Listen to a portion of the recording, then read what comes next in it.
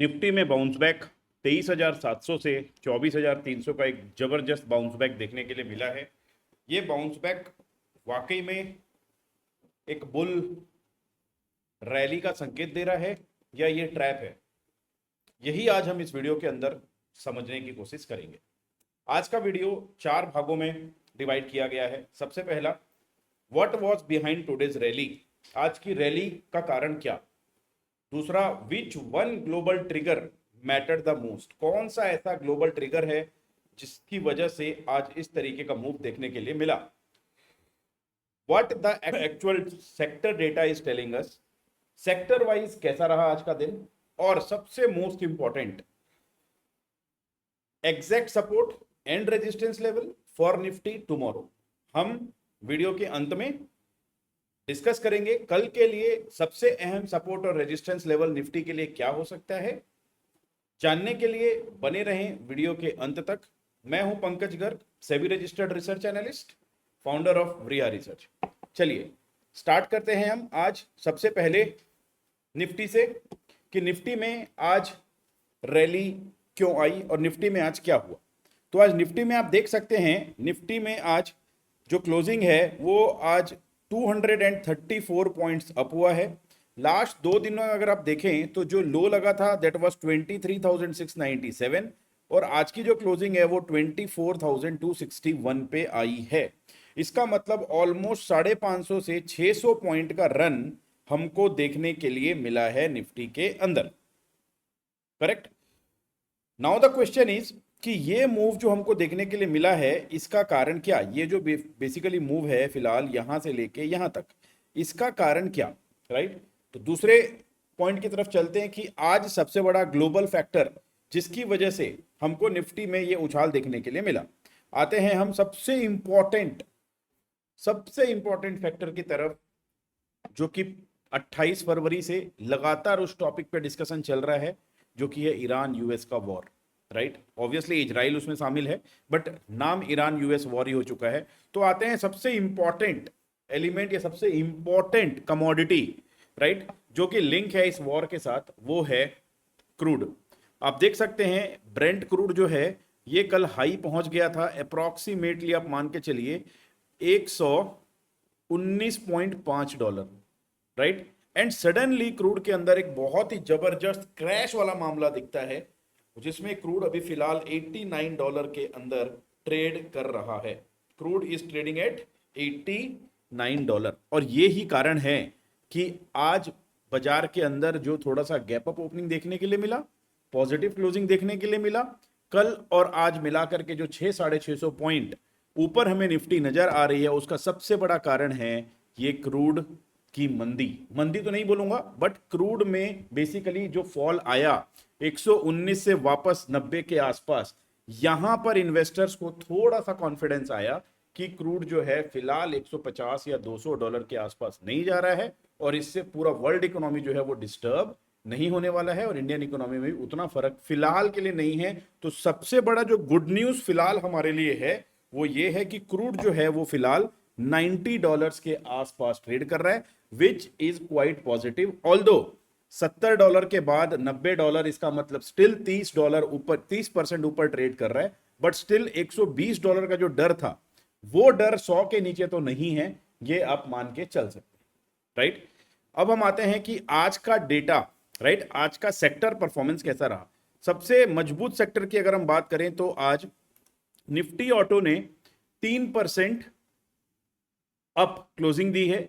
इसके बाद अगर हम बात करें पीएसयू बैंक्स में भी अच्छा खासा मूव देखने के लिए मिला, जो कि आप देख सकते हैं यहां पे कि ऑटो के अंदर 3% की क्लोजिंग है ग्रीन, पीएसयू बैंक 2% ऊपर बंद आया है, स्मॉल कैप माइक्रो कैप भी 2-2.5% ऊपर बंद आया है, जो कि अच्छा है रिटेल ट्रेडर्स के लिए। मिड कैप की बात करें वो भी 2% ऊपर है। बैंक निफ्टी में भी अच्छा खासा अपमूव देखने के लिए मिला, 1.5% ऊपर बंद आया है। मेटल भी अच्छा परफॉर्म किया आज। ओवरऑल अगर देखा जाए तो माहौल ठीक है, राइट। अब आते हैं हम गिफ्ट निफ्टी की तरफ कि गिफ्ट निफ्टी किस तरीके से ट्रेड कर रहा है। तो गिफ्ट निफ्टी की अगर हम बात करें तो गिफ्ट निफ्टी भी फिलहाल पॉजिटिवली ट्रेड कर रहा है और गिफ्ट निफ्टी कल के हाई के आसपास फिलहाल बना हुआ है, राइट। अब आ जाते हैं हम ग्लोबल फैक्टर्स की तरफ। ग्लोबल की अगर हम बात करें तो सबसे पहले मैं आ जाता हूं डाउ की तरफ डाउ में जो जबरदस्त फॉल आया था उसके बाद से डाउ में भी 46,600 से लेकर के 48,000 एक अच्छा मूव हमको डाउ में भी देखने के लिए फिलहाल के लिए मिला है, राइट।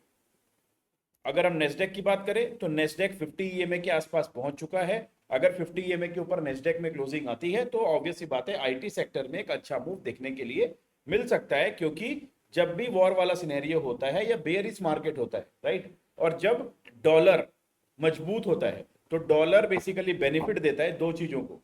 किसको? दो सेक्टर्स को, एक आईटी सेक्टर और दूसरा pharma sector, because major export जो है वो आईटी और फार्मा से ही आता है। तो बेसिकली डॉलर मजबूत होने के कारण, रुपया कमजोर होने के कारण उनका जो इनफ्लो है वो बढ़ सकता है, because they get payment in dollars, right.